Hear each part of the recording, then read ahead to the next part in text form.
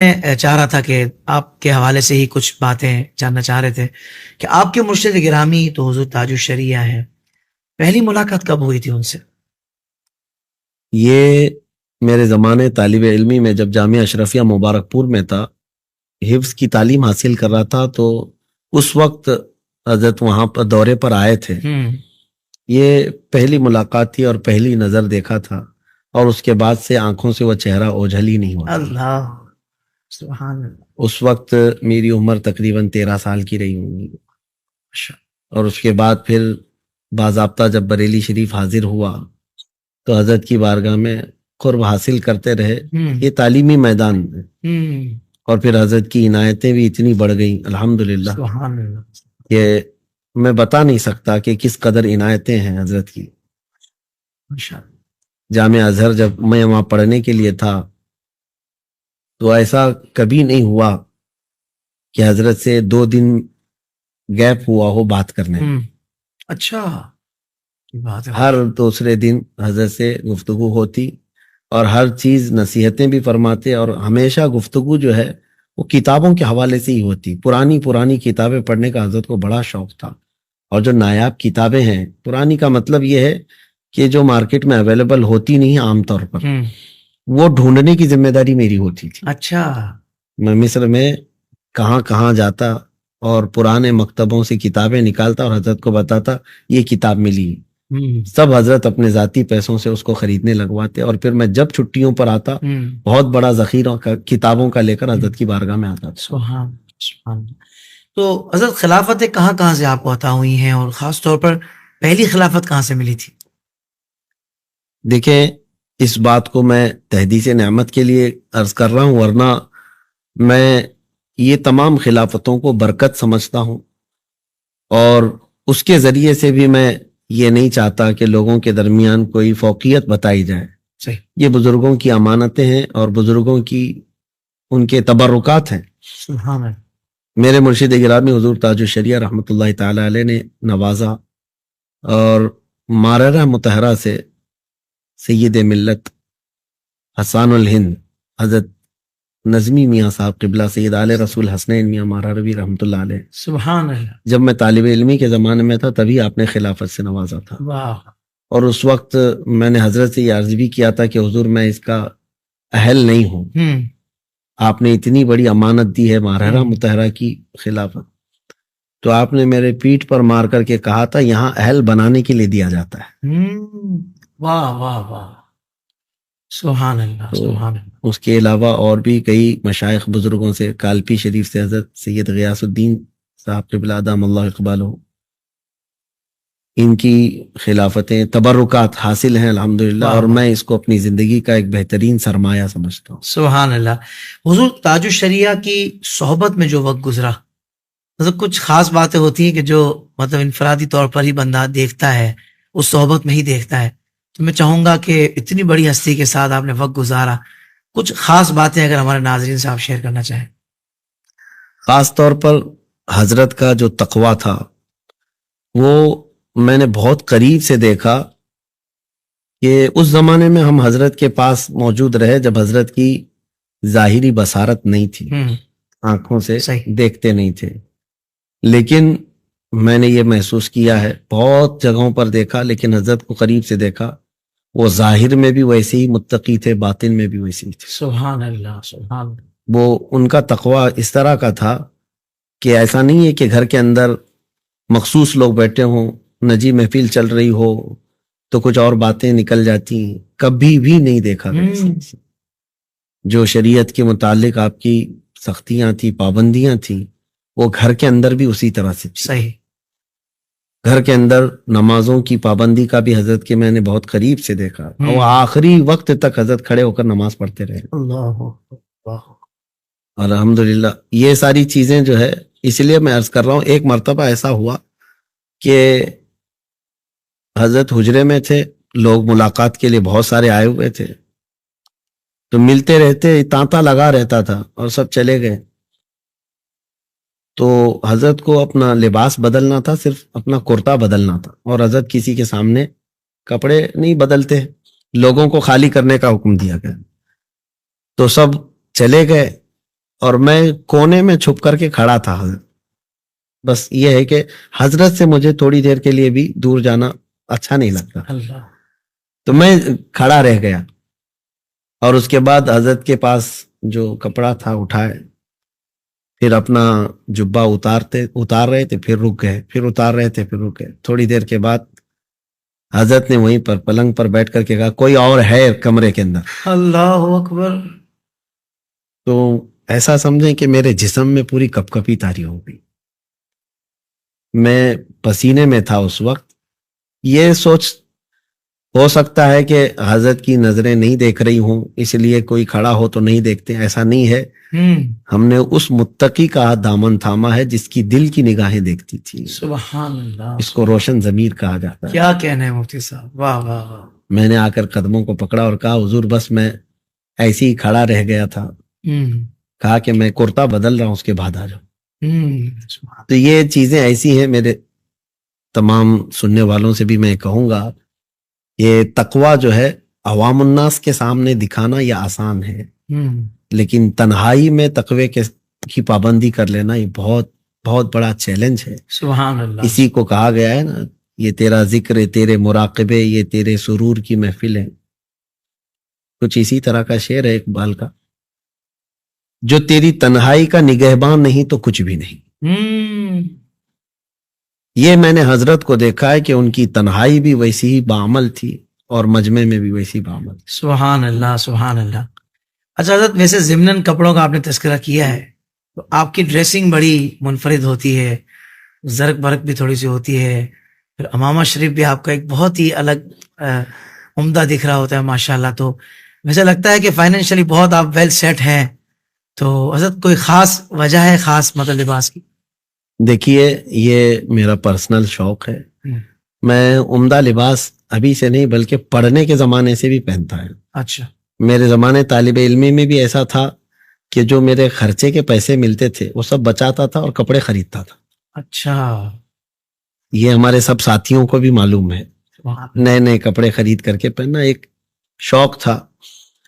اور اس لیے بھی بعد میں جب اس منصب پر آئے, امامت کرنے لگے, خطابت کرنے لگے, تو ہمیشہ اس بات کا احساس ہوتا ہے کہ لوگوں کی نظروں میں کسی چیز کا ہلکا پن نہ ہے. اس چیز کو مینٹین کر کے چلتے ہیں تاکہ دین کی امیج ان کے نظروں میں, ان کے دماغ میں ایسی بیٹھے کہ ہمارے علماء بھی جو ہیں الحمدللہ وہ ہمارے ایسے نہیں ہیں کہ لوگ دیکھ کر کے ان کا مذاق اڑا سکے. واہ واہ واہ. میں سادہ مزاج رہنے والے یا سادے کپڑے پہننے والے علماء کی مخالفت بھی نہیں کر رہا. ان کا عمل ہے, ان کا تقوی ہے. لیکن بہت سارے لوگ اس سلسلے کو لے کر کے سوشل میڈیا پہ بھی کچھ نہ کچھ باتیں کرتے رہتے ہیں. پہلی بات تو یہ ہے کہ میں ان کے کپڑے نہیں پہنتا, میں اپنے ہی پہنتا ہوں. کیا کہنے ہیں, کیا کہنے ہیں. سبحان اللہ. اور مجھے اتنا پہننے کا حق شریعت نے دیا ہے. سبحان اللہ. نبی پاک صلی اللہ تعالی علیہ وسلم کے متعلق بھی ہے, سیرت میں ہے کہ جب کوئی وفد آپ سے ملاقات کرنے کے لیے آتا تو حضور پاک صلی اللہ علیہ وسلم کے پاس سرخ دھاری دار ایک جبہ تھا, وہ آپ زیب تن کر کے آتے تھے تو صحابہ کہتے ہیں ایسا حضور پاک صلی اللہ علیہ وسلم لگتے جیسے حسین گلاب کھلا ہوا. سبحان اللہ سبحان اللہ. تو یہ بھی ہے نبی پاک صلی اللہ تعالی علیہ وسلم نے عمدہ لباس پہننے کا فرمایا ہے. اور محدث اعظم پاکستان علیہ الرحمہ کا ایک قول ہمیں ملا تھا, آپ نے فرمایا تھا کہ علماء کو چاہیے کہ مہنگی جوتیاں پہنے, اچھی جوتیاں پہنے. شاگردوں نے پوچھا ایسا کیوں ہے؟ کہا کہ تاکہ دنیا داروں کی نظریں خالی علماء کی جوتیوں پہ رہے. کیا بات ہے, واہ واہ واہ. سبحان اللہ. مطلب آپ جو شیروانی وغیرہ پہنتے سارے ہی میں نے دیکھا ہے, کوئی شادی میں اپنی پہنتا ہے, کوئی بچوں کی شادی میں پہنتا ہے. جی. تو آپ کی نیت کتنی زبردست ہے کہ بھائی یعنی دین کی بات, علم کی بات کرنے والے کو کوئی حقیر نہ سمجھے, کوئی حقیر نظروں سے نہ دیکھے. لیکن اس پر بھی نیت کا عمل دخل ہے, ورنہ ہم نے بہت سے سادے لباس میں ایسے لوگ دیکھے ہیں کہ جب وہ بولتے ہیں نا تو ہم کہتے ہیں یار لباس سادہ ہے مگر کردار, یہ گفتار اتنی سخت ہے, اور ایک جملہ بولا اور اس میں بھی دل آزاری کر دی. میں بھی وہی بات کروں گا کہ میں سادہ لباس پہننے والوں کی مخالفت نہیں کر رہا, وہ اس سے زیادہ خوبصورت عمل ہے کہ لباس بھی سادہ ہو خاص نیتوں کے ساتھ, اور پھر اس کے بعد عمل بھی آپ کا انتہائی شاندار ہو تو سبحان اللہ, سونے پہ سہاگا ہے. مگر حضرت کی بات بھی اپنا ایک وزن رکھتی ہے.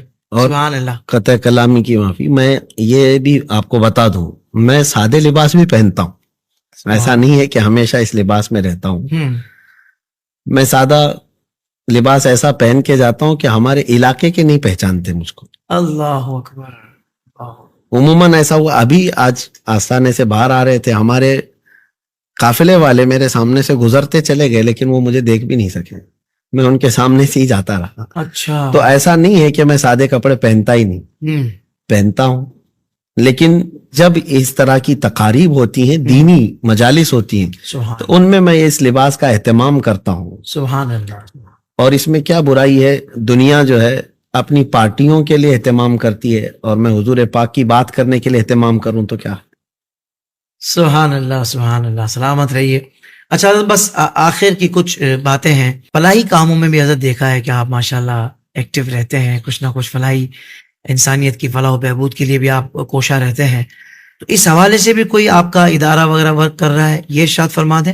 اور ساتھ ہی ساتھ امت مسلمہ کی تعلیم و تربیت کے لیے بھی کوئی بڑا ادارہ یا کوئی اسلامک یونیورسٹی یا کوئی اس طرح کا آپ کا فیوچر میں کوئی گولز ہیں، کوئی ایسے ٹارگٹس ہیں جو آپ اچیو کرنا چاہتے ہوں؟ جی بالکل، میں اسی مزاج کا آدمی ہوں اور میں فیلڈ ورک چاہتا ہوں. اور ابھی آپ نے جیسے تنظیم کے سلسلے میں پوچھا، ہماری ایک الامان سنی فاؤنڈیشن ہے، ٹھیک ہے، رجسٹرڈ ہے، ایک ٹرسٹ بھی ہے. اس کے انڈر میں ہم لوگ بہت سارے کام کرتے ہیں، فلاحی کام، جیسے غربا اور مساکین تک پہنچنا. اور ہم جو ہے، میں جنوب ہند کے متعلق بتاؤں، کئی ایسے کاموں کا بیڑا ہم نے اٹھایا تھا. نوجوانوں کو بیزی رکھنا ہے. صحیح. اس کی وجہ یہ ہے کہ جب یہ کام کرتے رہیں، دینی معاملات میں ہو یا فلاحی کاموں میں، تو یہ کم سے کم غلط راستوں پر جائیں گے. اور اگر ان کو بیزی نہیں رکھا جائے، مصروف نہ رکھا جائے، تو خالی دماغ شیطان کا ہوتا ہے، اور یہ پھر عیاشیوں کے اڈوں پر چلے گئے، اوباش نوجوانوں کی دوستی میں چلے گئے. تو ان کو مصروف رکھنے کے لیے ہم نے کئی ایکٹیویٹیز کی. جیسے مثال کے طور پر آپ کو بتاؤں کہ نوجوانوں کو ہم نے ایک مرتبہ یہ کہا تھا کہ جہاں کہیں بھی شادی ہو، ولیمہ ہو، جو بھی تقریب ہو رہی ہو اپنے اہل سنت و جماعت کے، تو وہاں پر ہمارے نوجوانوں کی ایک ٹیم سے ہم نے کہا تھا کہ ان کے پاس جاؤ، بہت سارا کھانا آپ یوں ہی شادیوں میں پھینک دیتے ہیں، کچھ چاول جو ہے آپ ہمارے جھولی میں ڈال دیا کرو. اور وہ جمع کرتے رہے، لوگ جمع کرتے رہے ہر جگہ سے.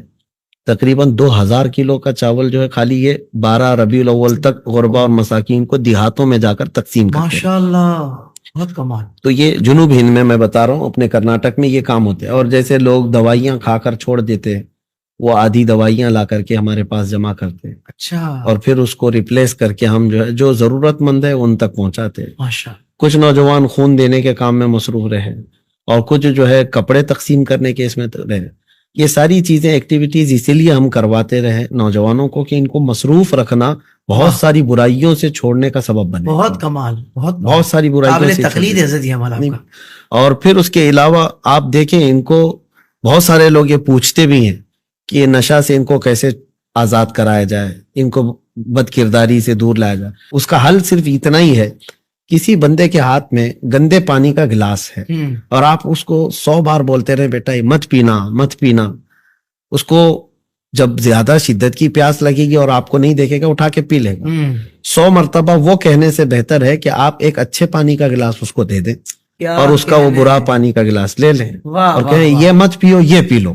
سبحان اللہ، سبحان اللہ. تو ہم نے اس مشن پر کام کرنے کی کوشش کی. بہت سارے لوگ اس طرح کے عام کاموں میں مصروف رہے یا غلط راستے پر رہے، تو ہم نے ان کو وہاں سے ہٹا کر کے کہا کہ ان کاموں میں اپنا وقت لگاؤ. واہ واہ واہ واہ. اور وہ نوجوان الحمدللہ ایسے ہیں، سینکڑوں کی تعداد میں آج ہیں، جنہوں نے اپنی پرانی ان تمام چیزوں سے توبہ کیا اور یہ ایکٹیویٹیز میں لگے ہوئے ہیں الحمدللہ. سبحان اللہ. بہت ایسے ہیں جو فجر کی نماز کے ایسے پابند ہیں کہ وہ پورے لوگوں کو جگاتے بھی ہیں. اللہ، الحمدللہ. ماشاءاللہ. تو یہ اس مشن کو لے کر کے الامان فاؤنڈیشن سے ہم چل رہے ہیں. اور جہاں تک ادارے کی بات ہے، وہ ہمارا گول ہے، ہمارا خواب ہے، اللہ اس کو پائے تکمیل تک پہنچائے.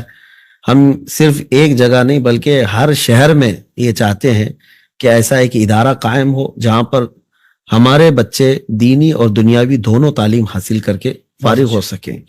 اور شانہ بشانہ دنیا کے چل سکیں, جو ہمارا عروج و ارتقا تھا زمانے قدیم میں اس کو واپس لایا جائے. کیا کہنے, واہ واہ. اس کو واپس لانے کا ایک سبب یہ ایک ذریعہ یہی ہے جو ماررہ مطہرہ کی حضور سیدی امین ملت کی آواز ہے, آدھی روٹی کھائیں گے بچوں کو پڑھائیں گے. بہت اچھا. میں یہ چاہتا ہوں کہ ہر شہر میں ہم اسکول قائم کریں یا دینی تعلیم کے ساتھ قائم کریں. اللہ تبارک و تعالی مسبب الاسباب, اسباب پیدا فرمائے.